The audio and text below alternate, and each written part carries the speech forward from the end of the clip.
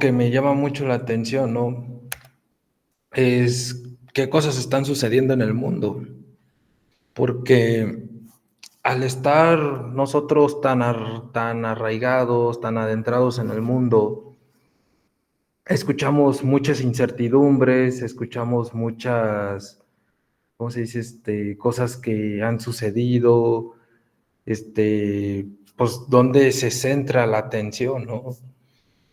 En estos días, bueno, en el caso de aquí de México, pues la atención se estaba centrando en los aranceles, en que si Trump iba a subir los aranceles, que si, que cuánto iba a afectar la economía. Como saben, pues yo soy agrónomo, entonces a mí me toca ver muchos agricultores y al ver a todo este tipo de agricultores, pues muchos perdieron cosechas, muchos no se animaron a plantar, porque cada uno de sus cultivos, por la mayoría son de exportación y son vendidos en Estados Unidos. Entonces, pues la atención estaba centrado en esa parte, ¿no? En la parte de cómo las decisiones de este personaje, Donald Trump, iba a afectar la economía mexicana y la economía mundial. Y entonces se tuvieron todos ese tipo de incertidumbres en los mercados mundiales. Entonces, pues mucha gente pues pensaba si sí, si no, qué sucedería, qué no sucedería, qué es lo que harían, qué es lo que pasaría.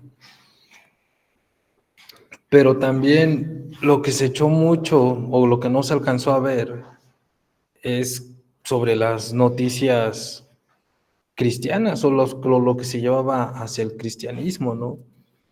Yo leía ¿cómo se llama? En unos pods ¿cómo se llama? Puertas abiertas, lo que estaba sucediendo en el mundo. Ajá, o sea, habían lugares donde se estaba renegando de Dios porque había temblado, porque se destruyeron ciudades. Habían personas pero también estas noticias hablaban de personas esperanzadoras. Hace poquito estaba leyendo el caso de un personaje, una persona que fue crucificada y quemada. Entonces me sorprendía mucho porque no murió esta persona. Esta persona no murió. Esto sucedió en el África, en Zimbabue, me parece que ahí fue donde sucedió esto. Y cuenta el testimonio que le decían, pues vas a morir como murió ese personaje que tú estás buscando, que tú estás viendo, ¿no?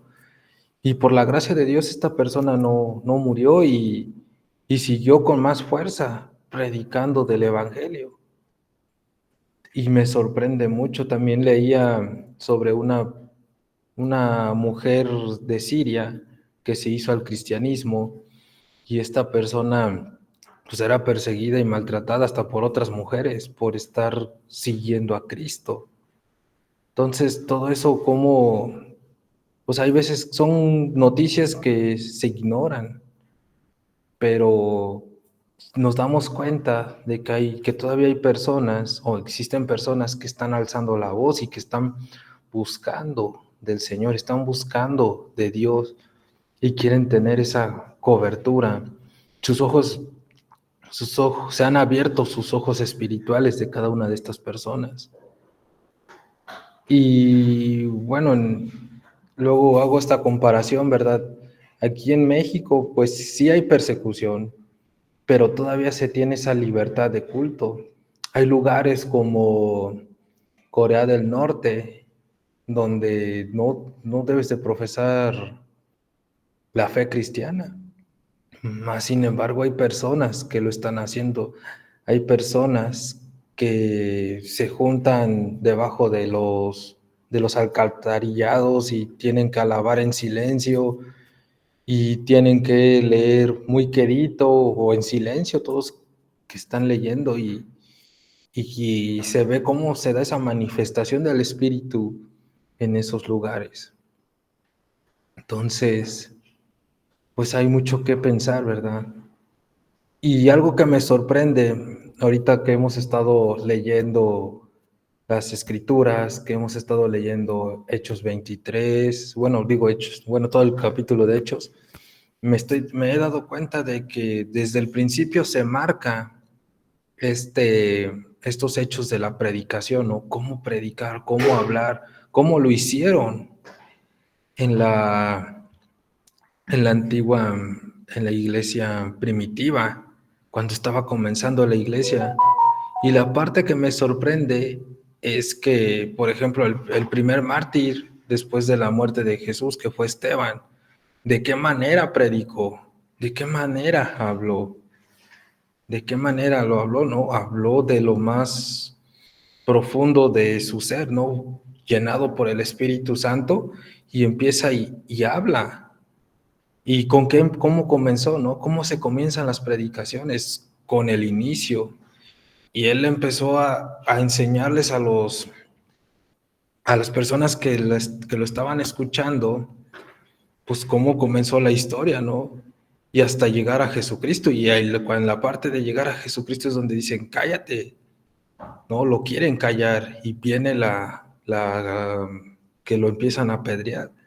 Y a lo largo de esta aventura que hemos visto en Hechos, pues nos hemos dado cuenta que, bueno, yo pienso que también se han dado cuenta, ¿no? Que todas las predicaciones comienzan de ese inicio, del porqué, de la razón del pecado, por qué se pecó y por qué tendría que venir un redentor a salvarnos.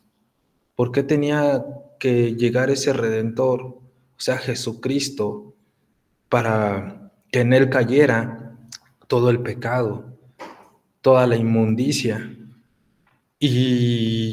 Y durante la pasión de Cristo, pues nos vamos dando cuenta, ¿no?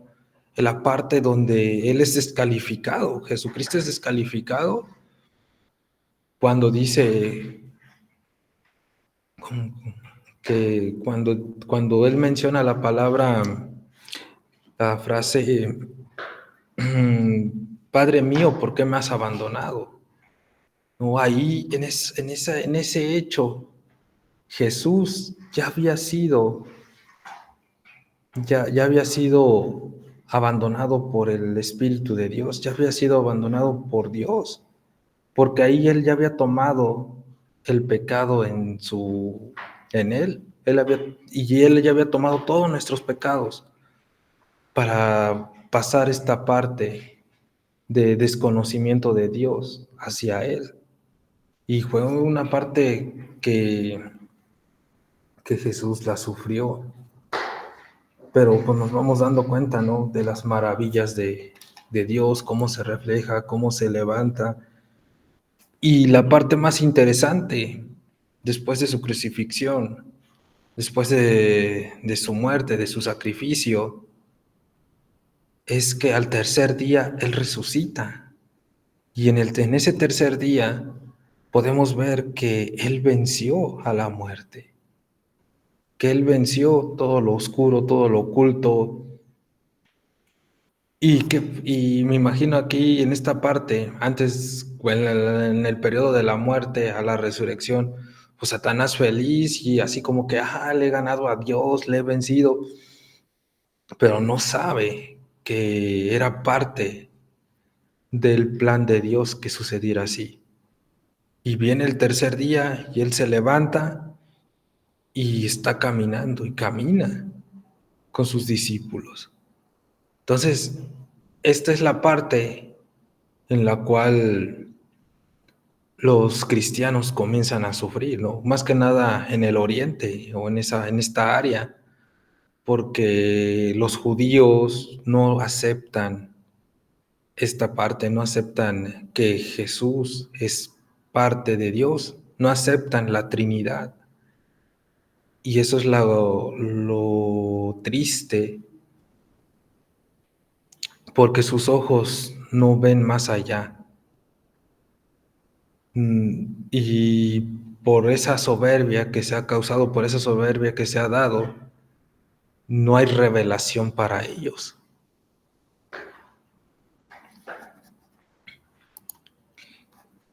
Y comenzando con Hechos 23:1, en el versículo 1 dice, mirando fijamente al Concilio Supremo, Pablo comenzó, hermanos, siempre he vivido ante Dios con la conciencia limpia. En el versículo 2 dice, al instante, Ananías, el sumo sacerdote, ordenó a los que estaban cerca de Pablo que lo golpearan en la boca. Pero Pablo les dijo, Dios te golpeará a ti, hipócrita corrupto. ¿Qué clase de juez eres si tú mismo infringes la ley al ordenar que me golpeen así? Aquí algo que podemos encontrar, pues es que Pablo comenzó, ¿no? Estaba fijamente con el Concilio Supremo y él declara que tiene una conciencia limpia. Él declara que, pues sí, ¿no? Que él no tiene culpa de nada. Entonces, al hacer esa afirmación y no aceptar que está haciendo lo malo, pues el sumo sacerdote, Ananías, ordena que lo golpeen. Y pues se da este golpe, ¿no? Pero aquí vemos esta declaración fuerte por parte de Pablo, que le dice, Dios te golpeará a ti, hipócrita corrupto. Entonces, pues es fuerte esta parte que le dice Pablo a Ananías. Y luego le dice, ¿qué clase de juez eres tú si tú mismo infringes la ley al ordenar que me golpeen así? Pues está muy interesante, ¿no? Esta parte.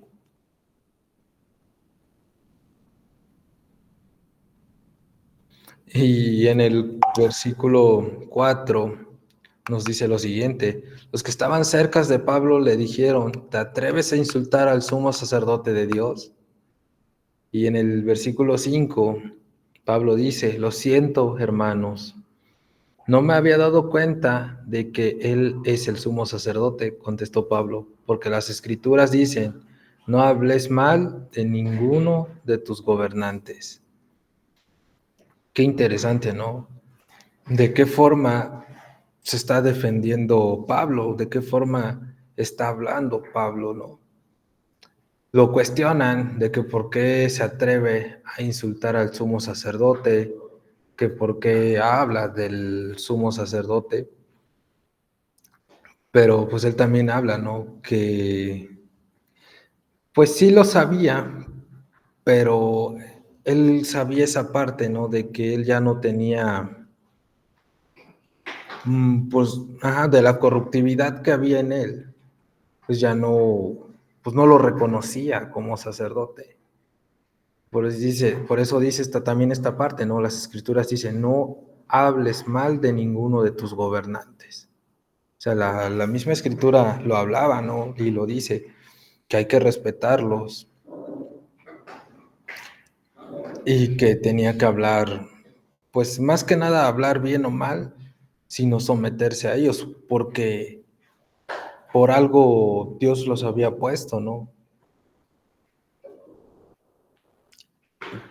Aquí lo interesante es buscar la manera de exhortarlos con amor, de exhortarlos, de que vean ellos su, su error. Y es algo que me llama mucho la atención en esta parte. En el 6 dice, Pablo se dio cuenta que algunos miembros del Concilio Supremo eran saduceos y que otros eran fariseos. Por lo tanto, gritó, hermanos, yo soy fariseo, al igual que mis antepasados, y estoy en juicio porque mi esperanza está en la resurrección de los muertos. Algo que me ha encantado mucho de Pablo es que él usaba las nacionalidades para salvarse de algunas situaciones. Por ejemplo, en un tiempo Pablo dice que que él es romano, que tiene la ciudadanía romana. En otras partes, pues él habla también que es judío. Y entonces todas estas armas las podía usar Pablo a su favor. Entonces, entonces aquí, como él también tuvo estudios sobre lo que era el fariseo, estuvo trabajando en esa área, por eso él habló de esto, ¿no? Y dijo, hermanos, yo soy fariseo al igual que mis antepasados, y estoy en juicio porque mi esperanza está en la resurrección de los muertos. Entonces, recordemos que los saduceos no eran partidarios de que existiera una resurrección. Ellos no son partidarios de eso. Y los fariseos sí tienen esa esperanza de que vendrá una resurrección.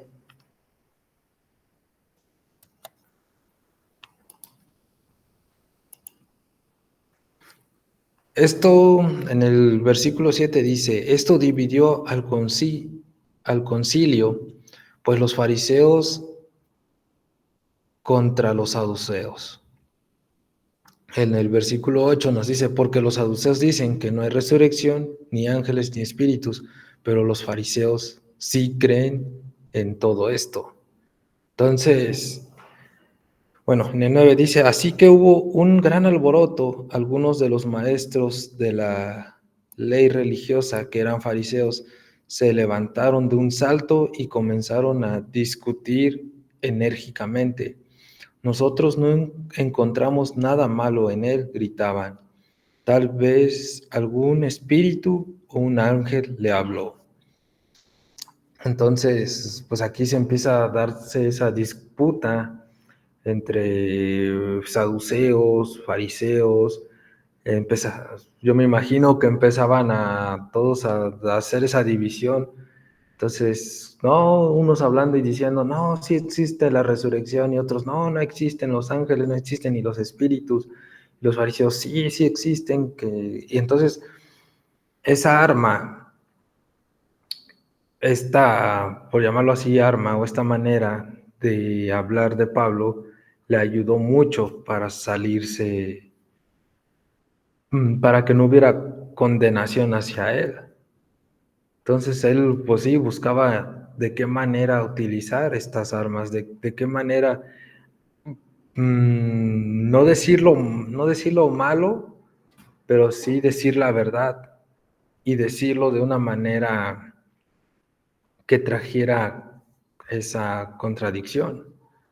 Por eso al inicio de esta charla yo les hablaba de Juan el Bautista, que Juan el Bautista también era un predicador que se ponía al tú por tú con los líderes, pero también hacerles ver que los líderes estaban mal, que estaban haciendo las cosas mal. Y eso es algo que a mí me ha impactado, ¿no? De qué manera se hacen las exhortaciones y de qué manera se empieza a hablar con las demás personas, con líderes, con cualquier tipo de persona que tenga un rango de autoridad. Entonces, pues a mí me ha llamado mucho la atención esto, ¿no? Y en el versículo 9, pues dice, ¿no? Que así hubo un gran alboroto, algunos de los maestros de la ley religiosa, que eran fariseos, se levantaron de un salto, comenzaron a discutir enérgicamente, empezaron a debatir y se llega a la conclusión siguiente. Nosotros no encontramos nada malo en él, gritaban. Tal vez algún espíritu o ángel le habló. Entonces, como que los fariseos pues tener, comenzaron a tener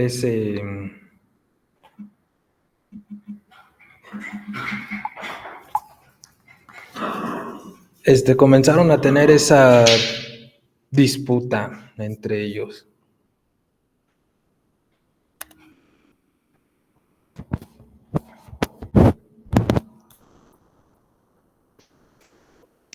Entonces, en el versículo 11 dice, esa noche el Señor se le apareció a Pablo y le dijo, ten ánimo, Pablo, así como has sido mi testigo aquí en Jerusalén, también debes predicar la buena noticia en Roma.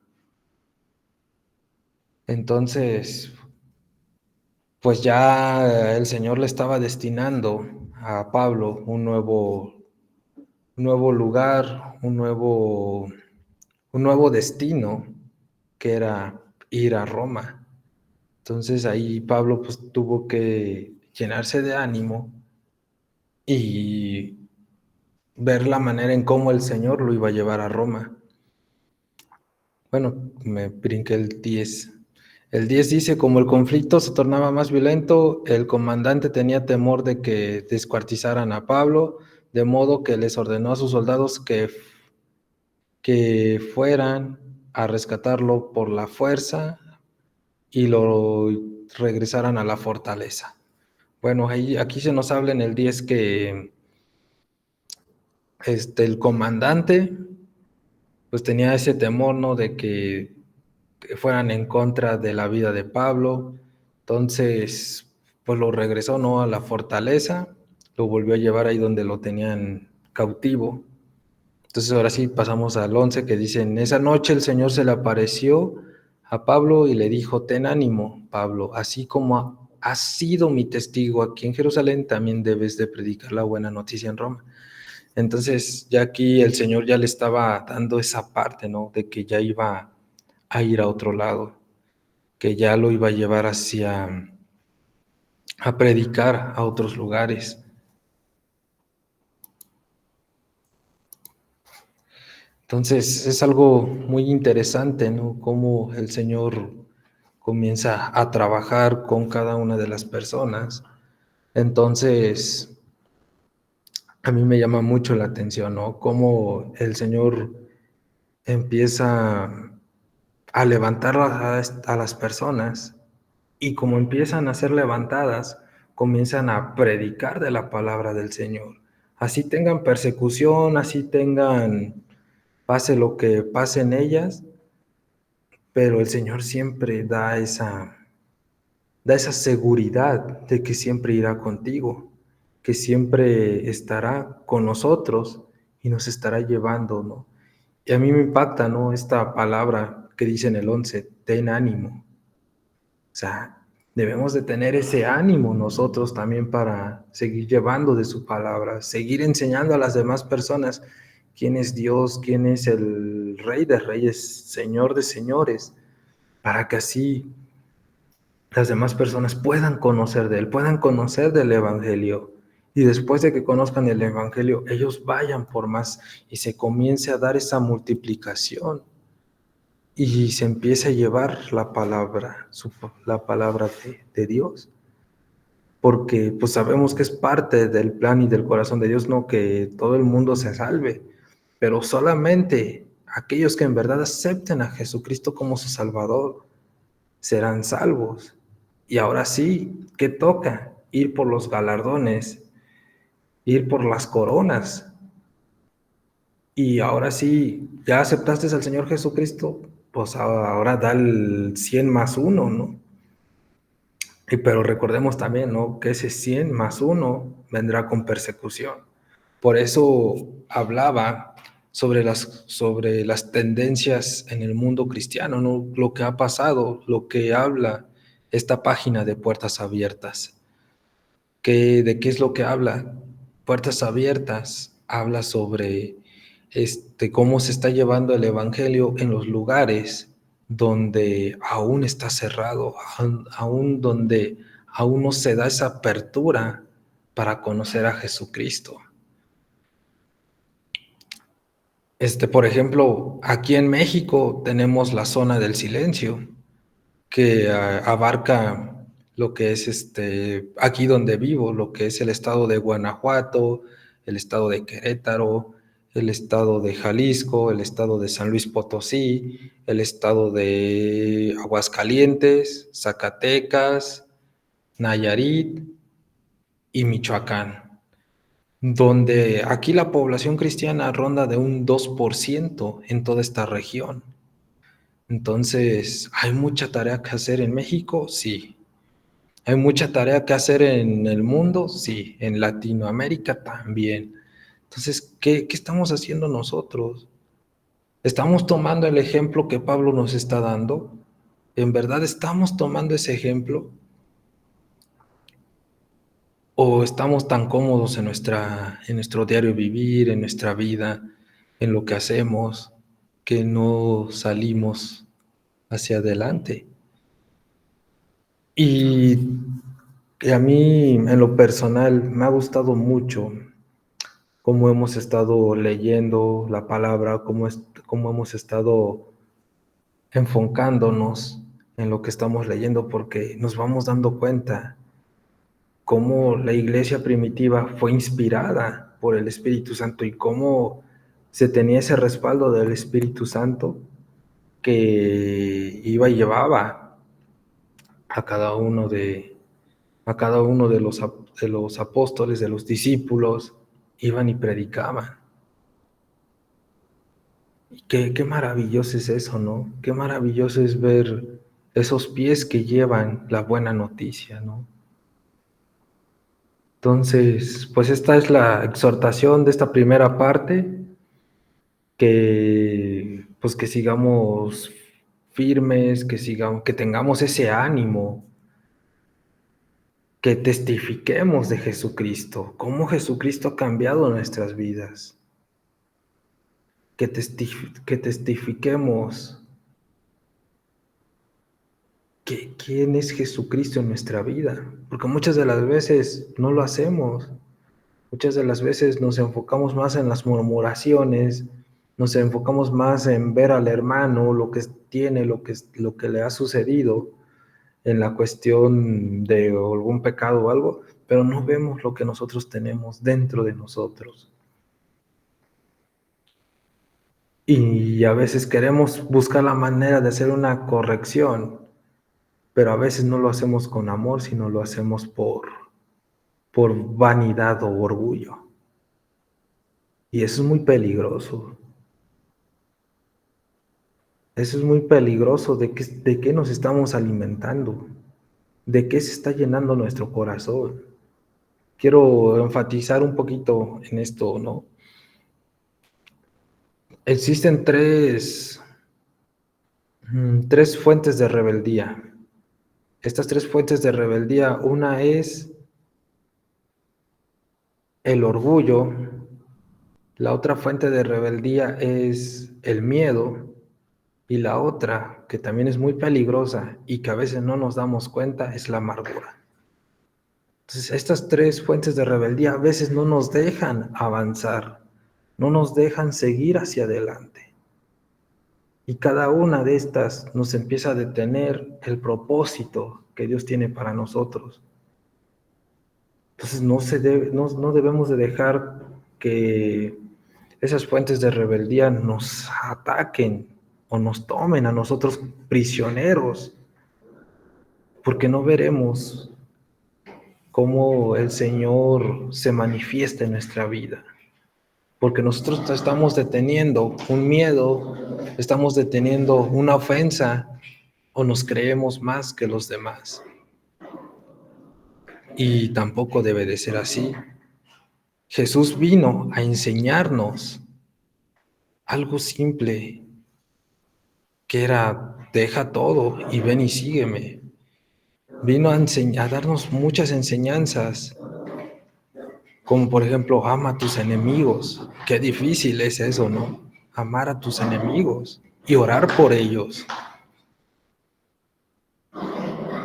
Entonces, y cómo vencer el miedo también, ¿no? Porque también nos dice, ¿no? Confía en mí, pon tu confianza en mí, que yo te haré descansar. Entonces, qué tan interesante es todo esto, ¿verdad? A mí me encanta. Bueno, Por el momento esto es todo por mi parte, que el Señor les siga bendiciendo grandemente y pues dejo el lugar para escuchar sus opiniones, qué les pareció el tema y si tienen algún comentario sobre el tema.